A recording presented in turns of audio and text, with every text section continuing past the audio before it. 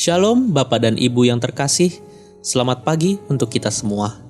Kembali lagi kita akan merenungkan kebenaran firman Tuhan pada pagi hari ini. Sebelum kita membaca kebenaran firman Tuhan, mari kita berdoa terlebih dahulu. Mari kita bersatu dalam doa. Bapa yang bertata di dalam kerajaan surga, kami mengucap syukur kepadamu buat segala hal yang telah Engkau berikan bagi kami lah Bapa sampai detik ini. Kami berterima kasih Engkau telah menyertai kami dalam istirahat kami sepanjang malam hari kemarin dan mengizinkan kami lagi untuk bangun pada pagi hari ini Bapa, semua karena anugerah-Mu.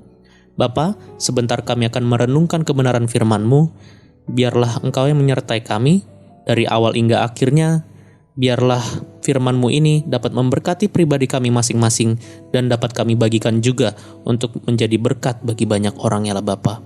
Hanya di dalam nama-Mu, kami sudah berdoa dan mengucap syukur. Haleluya. Amin.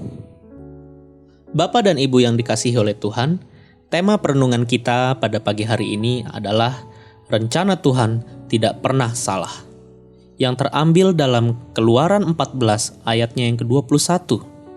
Mari kita baca bersama-sama.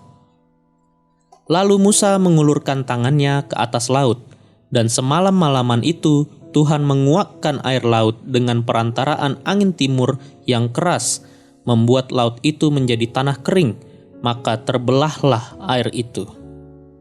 Bapak Ibu yang dikasihi oleh Tuhan, sudah terlampau sering kita alami bahwa apa yang Tuhan kerjakan dalam hidup ini seringkali tidak masuk akal atau di luar nalar kita.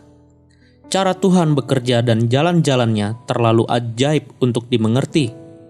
Terlalu ajaib bagiku pengetahuan itu, terlalu tinggi, tidak sanggup aku mencapainya, kata pemazmur dalam Mazmur 139 ayatnya yang ke-6. Tentang hal itu, Tuhan sudah menegaskan, sebab rancanganku bukanlah rancanganmu, dan jalanmu bukanlah jalanku. Demikianlah firman Tuhan. Seperti tingginya langit dari bumi, demikianlah tingginya jalanku dari jalanmu, dan rancanganku dari rancanganmu. Di dalam Yesaya 55 ayatnya yang ke-8 sampai 9. Keajaiban cara Tuhan bekerja pernah dialami oleh bangsa Israel saat dipimpin Musa, yaitu ketika mereka keluar dari Mesir. Dengan pimpinan tangan Tuhan, mereka berkemah di Etam, di tepi padang gurun, di dalam Keluaran 13 ayat 20. Tetapi kemudian Tuhan berfirman kepada Musa untuk memerintahkan orang-orang Israel balik kembali dan berkemah di depan Pi-hahirot antara Migdol dan laut, tepat di depan Baal Zephon. Keluaran 14 ayatnya yang kedua. Perintah Tuhan ini terasa aneh, sebab di situ mereka melihat orang Mesir, segala kuda dan kereta Firaun, orang-orang berkuda dan pasukannya mengejar mereka dan mencapai mereka di dalam Keluaran 14 ayatnya yang ke-9. Sehingga hal itu menimbulkan ketakutan yang luar biasa. Apakah Tuhan salah dalam rencananya untuk melepaskan umat Israel dari tangan bangsa Mesir? Tidak sama sekali, sebab semuanya itu sudah dalam rencana Tuhan. Buktinya, dengan kuasa Tuhan, akhirnya bangsa Israel dapat menyeberang di air yang kering, karena Tuhan telah membelah laut Teberau itu menjadi tanah kering.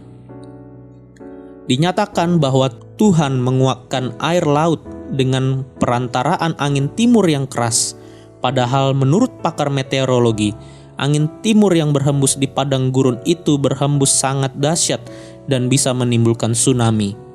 Namun apapun yang menurut teori dan pemikiran manusia dapat menimbulkan hal-hal yang buruk, di tangan Tuhan justru dapat menghasilkan mujizat bagi kita. Bapak Ibu yang dikasihi oleh Tuhan, sebagai penutup, sekalipun perintah Tuhan serasa aneh dan tidak masuk akal, tetaplah Bapak Ibu taat kepadanya. Sebab tangannya tidak pernah kurang panjang untuk menyelamatkan kita. Amin Bapak Ibu. Mari kita berdoa. Bapa yang baik, kami berterima kasih atas kesempatan yang Engkau berikan bagi kami untuk merenungkan kebenaran firman-Mu lagi pada pagi hari ini. Biarlah firman-Mu ini dapat mengubahkan hidup kami menjadi lebih baik dan kami semakin hari semakin dekat kepadamu ya Allah Bapa. Bapa, ajar kami untuk selalu mengikuti setiap rencanamu ya Allah Bapa. Sekalipun rencanamu terasa aneh ataupun tidak masuk akal, namun kami percaya semua itu demi kebaikan kami ya Allah Bapa. Bapa, kami juga berdoa untuk aktivitas kami sepanjang hari ini. Biarlah Engkau yang selalu menyertai kami dalam setiap aktivitas kami sepanjang hari ini. Biarlah Engkau, Allah yang selalu senantiasa menyertai kami dari pagi hingga malam hari nanti ya Allah Bapa. Bapa, kami serahkan kehidupan kami hanya ke dalam tangan-Mu. Hanya di dalam nama-Mu, kami sudah berdoa dan mengucap syukur. Haleluya. Amin.